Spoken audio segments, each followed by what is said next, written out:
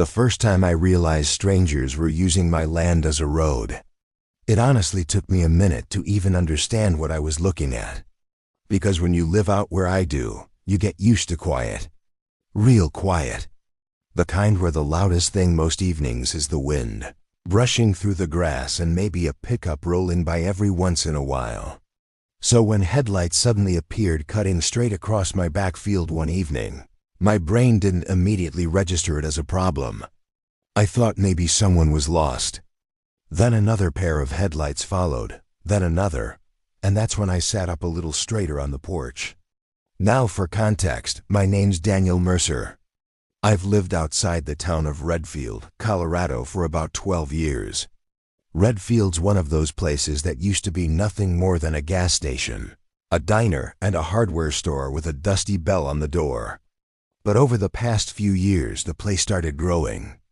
Developers came in, new houses popped up, an office park went up on the north side of town, and suddenly the quiet little roads around here weren't so quiet anymore. Still, my property sat in this odd little strip of land between two paved roads, about 5 acres. Nothing fancy, just open grass, a small barn, and the house I built with my brother years ago. When I bought the land, nobody cared about those roads. One barely had traffic, the other mostly led to ranch land. But now, one of those roads feeds straight into the new Redfield Commerce Park, and the other runs right into a fast-growing neighborhood called Maple Ridge. At the time, though, I wasn't thinking about any of that. I was just staring out at my field, watching cars drive across it like it had always been a road. One sedan rolled through, slow and steady, cutting a diagonal path through the grass. Then, an SUV followed the exact same line. Same entry point off the pavement, same exit toward the gravel road behind my barn. No hesitation, no confusion, just routine. And that's the moment the weird feeling settled in my stomach. I stood up from my porch chair, walked down the steps, and headed out into the field. By the time I got halfway across the grass, another car came through. A white Honda this time. The driver barely glanced at me standing there. Just drove right past like I was part of the scenery. When the dust settled, I looked down at the ground and saw it clearly. Tire tracks, dozens of them. They carved a straight line through my field, connecting one road to the other like someone had taken a ruler and drawn a shortcut across my property. I remember standing there thinking, when the hell did this start? Because it obviously wasn't new. The grass was flattened down so hard in that path. It was already starting to turn brown. That night I didn't sleep great. You ever have one of those thoughts that sits in the back of your mind and just keeps poking you? That was me staring at the ceiling around midnight, thinking about strangers driving across land I paid taxes on every year. The next morning, I decided to test something. I made coffee, grabbed a folding chair, and sat by the side of the field where the cars had been entering. Just waited. First car showed up at 7:12 in the morning. A dark blue pickup. Guy had a coffee cup in his hand, one elbow hanging out the window. He didn't even slow down. Turned off the road like he'd done it 100 times. Second car came 3 minutes later, then another. Then 2 almost back to back. By the time an hour passed, I had counted 27 vehicles. 27. Not one person stopped. Not one person waved. Nobody rolled down their window to say, "Hey, sorry about this." They all just cut through like my land had magically become public infrastructure overnight. Around the 10th car, I actually stepped closer to the path, thinking maybe someone would hesitate. They didn't. One guy in a gray sedan even gestured impatiently for me to move aside. That was the moment the irritation started creeping in. Not rage yet, just that slow burning feeling of hold on a second. After the morning rush slowed down, I got in my truck and drove over to the Commerce Park. The place had one of those little security booths at the entrance. A young guard sat inside scrolling on his phone. I leaned out my window and asked him something simple. "Hey, you know anything about people cutting through the field off County Road 14? He barely looked up. "Oh yeah," he said. "Everyone uses that. Everyone." That word stuck in my head. I asked him who owned the land.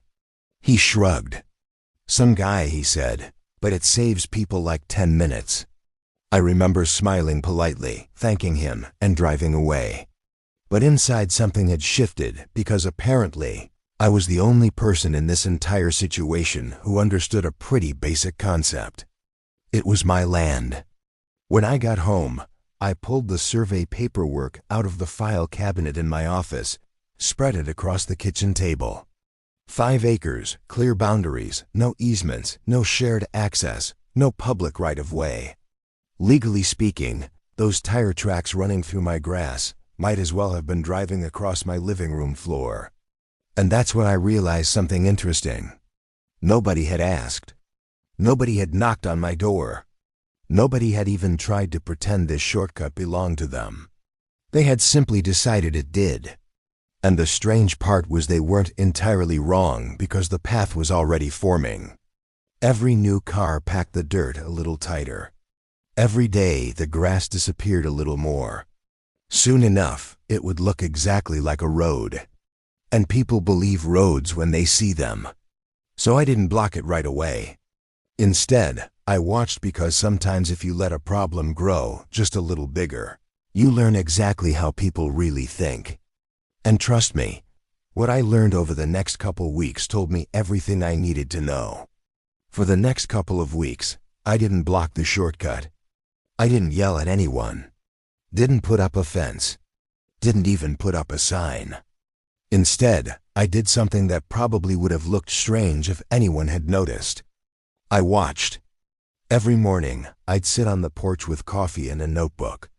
Not in some angry surveillance way, more like quiet curiosity. I wanted to understand how this whole thing had happened. Because shortcuts don't just appear overnight. Someone starts it, then someone else notices, then suddenly everyone acts like it's always been there.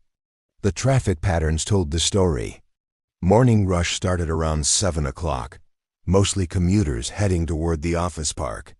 Pickup trucks, sedans, a couple Teslas that seemed wildly out of place bouncing across my dirt field. Then around lunchtime, the rideshare drivers started showing up. DoorDash, Uber, Instacart. Those folks always had their phones mounted on the dash GPS, telling them the fastest route. And apparently the fastest route was straight across Daniel Mercer's backyard. One afternoon, I watched a delivery van barrel through doing at least 30. The driver hit a bump in the field and a stack of cardboard. Boxes tipped sideways inside the truck. He didn't slow down, just kept going like it was an interstate. By the second week, the path had completely changed the landscape. The grass was gone, replaced by packed dirt and dust. When cars passed through, a light brown cloud would drift across the field and settle on my fence posts. Then one evening, I walked out there after dinner and saw something that made my jaw tighten. Trash. Just little things at first. A crushed soda cup, a fast food wrapper, then a cigarette. But you ever notice how quickly people stop respecting a place once they think nobody owns it? I stood there in the fading sunlight holding that greasy paper wrapper, and I remember saying out loud, "Well, that answers that." Because up until that moment, a small part of me had still wondered if maybe this whole thing was just a misunderstanding. Maybe people assumed the land belonged to the county. Maybe they thought it was in used property, but litter tells a different story. People don't throw trash where they think someone's watching. They throw it where they believe nobody cares. That night, I sat down at the kitchen table and started making calls. First call was to a local landscaper named Eddie Morales. Good guy. Did some grading work for me years ago when I first moved in. I told him what was going on and asked a simple question.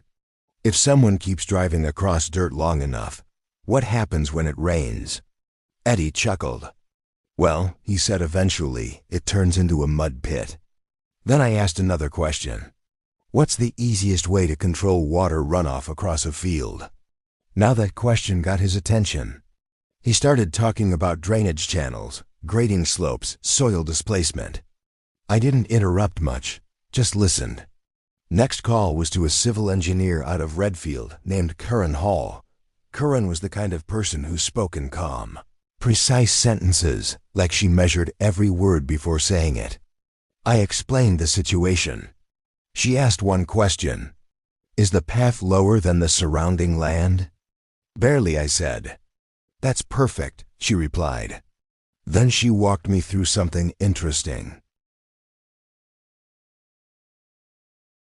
See, when land gets compacted from vehicle traffic, it actually stops absorbing water the same way grass does. Rainwater starts running across the surface instead of soaking in. Which means if you shape the land properly, you can legally install a drainage ditch to prevent flooding. Perfectly normal agricultural practice. Perfectly legal and perfectly inconvenient for anyone trying to drive across it. The final call I made was to the county office just to double-check there weren't any weird regulations I didn't know about. The woman on the phone looked up my parcel number. No easements, she said. No access agreements. Then she added something interesting. As long as your drainage work stays within your property line and meets runoff guidelines, you're free to manage the land however you want. I thanked her, hung up, and sat there for a long minute staring out the kitchen window toward the field. Headlights were cutting across it again. 3 cars in a row, and that's when the plan really settled in. I wasn't going to block the shortcut with a fence. Fences start fights. What I was going to build was something a lot more polite, something quiet, something legal, something that technically had nothing to do with traffic at all. The following Monday, Eddie brought his equipment out. Just a small excavator and a pickup truck. Nothing dramatic. If you drove past the property that morning, you might have assumed we were doing normal land maintenance, which technically we were. The ditch itself wasn't deep, maybe 2 feet at most, but it was wide, and it ran perfectly along the path those cars had carved through my field. Curran had helped map the slope so rainwater would drain properly during storms. We shaped the sides smooth, clean edges, professional work. When Eddie finished, he stood there looking at it and said something that made me laugh. Well, he said, no one's driving through that unless they brought a canoe. But I wasn't trying to trap anybody, so I added a few extra touches. Reflective posts along both sides, bright orange markers, and a couple warning signs that read, private property. No vehicle access, clear, visible. Impossible to miss. By late afternoon, the whole thing was done. Eddie packed up his equipment and headed out. Before he left, he asked, "You think people are going to try it anyway?" I smiled. Oh, absolutely. Because here's the thing about shortcuts. Once people believe they belong to them, taking them away doesn't go quietly. That evening, I sat on the porch again with a cold drink and waited. Right around sunset, the first car came down County Road 14. Silver SUV. Same one I'd seen at least 5 times that week. The driver turned off the pavement without hesitation and then suddenly slammed on the brakes. The front of the car dipped as he stared at the ditch. He sat there for a second, like his brain couldn't quite process what had happened. Then he slowly backed up, turned around, and drove away. I'll admit, I chuckled. But the real show started the next morning. Rush hour hit at exactly the same time as always. First commuter rolled up and stopped. Second car pulled up behind them. Third car joined the line. Within 5 minutes, 3 drivers had gotten out of their vehicles, staring down at the ditch like it had personally insulted them. One guy in a suit actually looked over toward my porch. I gave him a friendly wave. He did not wave back. By the end of that first day, word had clearly started spreading. Some drivers approached slowly, already suspicious. Others rolled up confidently, then jerked to a stop like they'd just discovered gravity stopped working. By the end of the week, the situation had escalated. Traffic backed up on both connecting roads. Drivers argued with each other. Someone moved one of my warning posts and tried to angle their truck across the ditch. That lasted about 2 seconds before they realized their tires would drop straight in. But the real entertainment wasn't happening in my field. It was happening online. Redfield has one of those local Facebook groups where everyone posts about lost dogs, garage sales, and potholes. Suddenly, the page exploded with complaints. Who blocked the shortcut behind Maple Ridge? This is ridiculous. That path's been there for years. Someone even wrote, the property owner should be forced to reopen it. I remember reading that comment and laughing out loud because now the conversation had shifted. People weren't asking permission anymore. They were demanding access, and it didn't take long before the complaints reached someone official. One afternoon, my phone rang. The caller ID said Redfield City Office. The man on the other end introduced himself as Greg Lawson from the planning department. His voice was calm, but carried that careful tone bureaucrats use when they're about to ask a question they already think they know the answer to.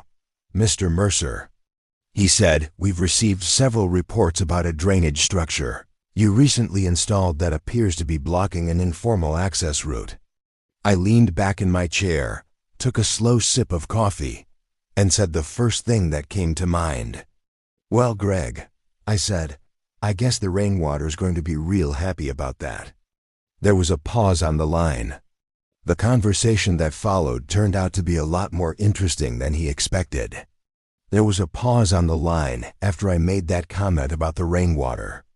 Not a long pause, just long enough for Greg Lawson from the planning department to realize this conversation probably wasn't going to go the way he expected. He cleared his throat. Well, Mr. Mercer, he said carefully, the concern we're hearing from several residents is that this route has been used for quite some time.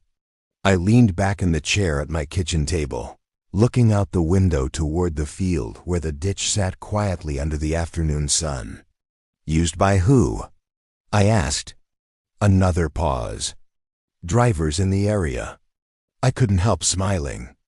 Greg, I said, I'm going to ask you a simple question, and I promise I'm not trying to make this difficult. All right. Who authorized those drivers to cross my land? Silence, not awkward silence. More like the sound of someone mentally flipping through pages that didn't have the answer they needed. Well, he said, music, finally. The route developed naturally. I nodded slowly, even though he couldn't see me. Yeah, I said. Music, so did the ditch.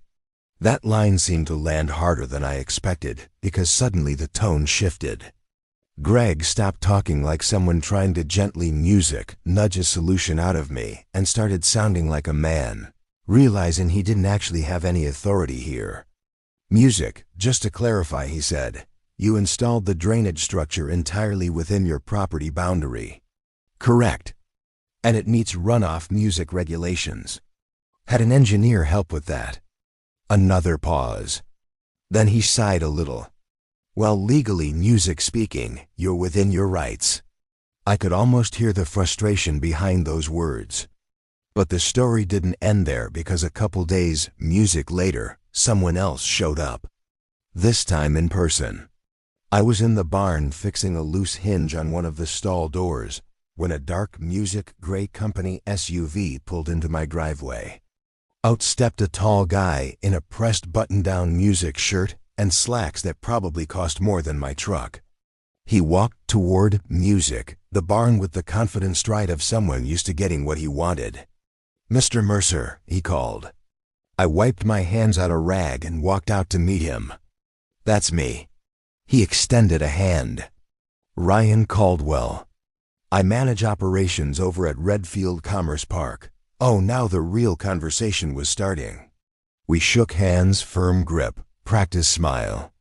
He glanced past me toward the field where the ditch cut across the dirt path like a quiet little canyon. So he said, I imagine you know why I'm here. Got a pretty good guess. Ryan let out a small breath through his nose. Well, to be completely honest, that route has been extremely helpful for our employees. It cuts commute time significantly. I nodded. Yeah, I've noticed folks seem to like it. He gave a polite chuckle, then gestured toward the field. Look, I understand it's your property. No one's disputing that, but the route's already established. People depend on it. That word again, depend. I leaned against the barn door and said something I've been thinking for a while. You know what else saves time? Ryan tilted his head. What's that? Trespassing. For the first time since he arrived, the polished corporate smile cracked just a little. He didn't get angry, though. I'll give him credit for that. Instead, he tried a different angle. Well, maybe there's a middle ground here. Oh, we could improve the path. Gravel it properly.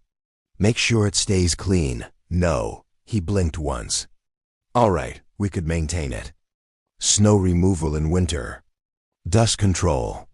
No, the smile was gone now. So you're just closing it permanently? I shrugged. Seems like the easiest solution. Ryan studied me for a moment, like he was trying to decide whether I was stubborn, unreasonable, or just playing a longer game. Then he asked the question he'd clearly been saving. What if we compensated you for access?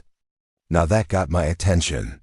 Not because I wanted money exactly, but because it meant the conversation had finally reached the point where reality had entered the room. Depends, I said. On what? On the details. Ryan relaxed a little when he heard that negotiation. That was a language he understood. Over the next 15 minutes, we stood there talking through possibilities. He suggested a permanent gravel road. I said no. He suggested paving it. I laughed. Finally, I laid out something simple. Access could be limited. How limited? Daytime hours only. He frowned. That would defeat the purpose for commuters. Then it probably isn't worth much, is it? Ryan rubbed the back of his neck. What about unrestricted access with maintenance payments? Liability stays with you, I said immediately. For what? For anything that happens on the crossing now. He was quiet again. Because suddenly the shortcut wasn't just a convenience anymore. It was a responsibility. After about 20 minutes, Ryan checked his watch. Well, he said, I'll need to take this back to the company. Sounds good. We shook hands again. He drove off, and for 2 weeks, nothing happened. Meanwhile, the traffic situation got worse. Without the shortcut, drivers had to use the main intersection between the two roads. Turns out that intersection wasn't built to handle the extra load. Morning backups stretched half a mile. People complained loudly. The Maple Ridge Facebook group basically turned into a digital war zone. Some folks blamed me. Others blamed the office park for not planning proper access roads. Local radio even mentioned it one morning. Unexpected congestion near the Redfield Commerce Park area. Every time I heard about it, I just shook my head and went about my day because none of that traffic had anything to do with me. About 15 days after Ryan's visit, the gray SUV came back. This time he wasn't alone. A second car pulled in behind him, and a woman stepped out carrying a folder. Ryan approached with a different expression than before. Not frustrated, not confident either. More like someone who had reached the point where reality finally wins. Mr. Mercer, he said, we'd like to propose a formal easement agreement. Now that word easement changes everything, because once something's written down legally, everyone knows exactly where they stand. We went inside the house and sat at the kitchen table. The woman with him, a lawyer named Allison Pierce, slid the paperwork across the table. I read every line carefully. Then I grabbed the pen. Ryan watched as I crossed out 3 sections, added 2 clauses, and wrote something new into the agreement. He leaned forward. What are those changes? I tapped the page. The ditch stays. He frowned. Then how would vehicles cross? Single controlled crossing point. Allison looked intrigued. Like a covert bridge. Exactly. Ryan exchanged a glance with her. And these, he asked, pointing to another line I'd written. Removable barriers, I said. Access can be closed anytime. That seems restrictive. Last clause, I added, tapping the bottom of the page. Ryan read it silently. If access rules are violated, the easement is immediately revoked. He leaned back in the chair. That gives you a lot of control. I nodded. Funny how property works like that. For a moment, the room went quiet. You could almost hear the gears turning in his head, calculating commute times, employee complaints, construction costs. Outside, a few cars drove past on the main road, probably adding another 10 minutes to someone's drive home. Ryan finally sighed. We'll need to review this. Of course, 3 days later, they signed. Construction crews came out the following week. They installed a proper drainage culvert across the ditch. Right where I approved, put up reflective signage and 2 heavy removable gates. Now there's exactly one place vehicles can cross my land. One, and every driver who uses it knows something they didn't know before. That shortcut doesn't belong to them. It never did. Sometimes when I sit on the porch in the evening, I watch the cars line up at that controlled crossing point. They slow down. They follow the rules. And I can't help thinking about how strange people are. For weeks, they treated my land like it was public. But the moment a contract got involved, suddenly everyone understood boundaries. Now here's the part I'm still curious about. Because depending on who you ask around Redfield, I'm either the guy who solved the traffic problem or the stubborn landowner who caused it in the first place. And honestly, I'm not sure which one people believe more. So I'm curious what you think. If strangers started using your land like it was their road, would you have done the same thing, or would you have shut it down completely and never opened it again? Let me know in the comments. I read every one of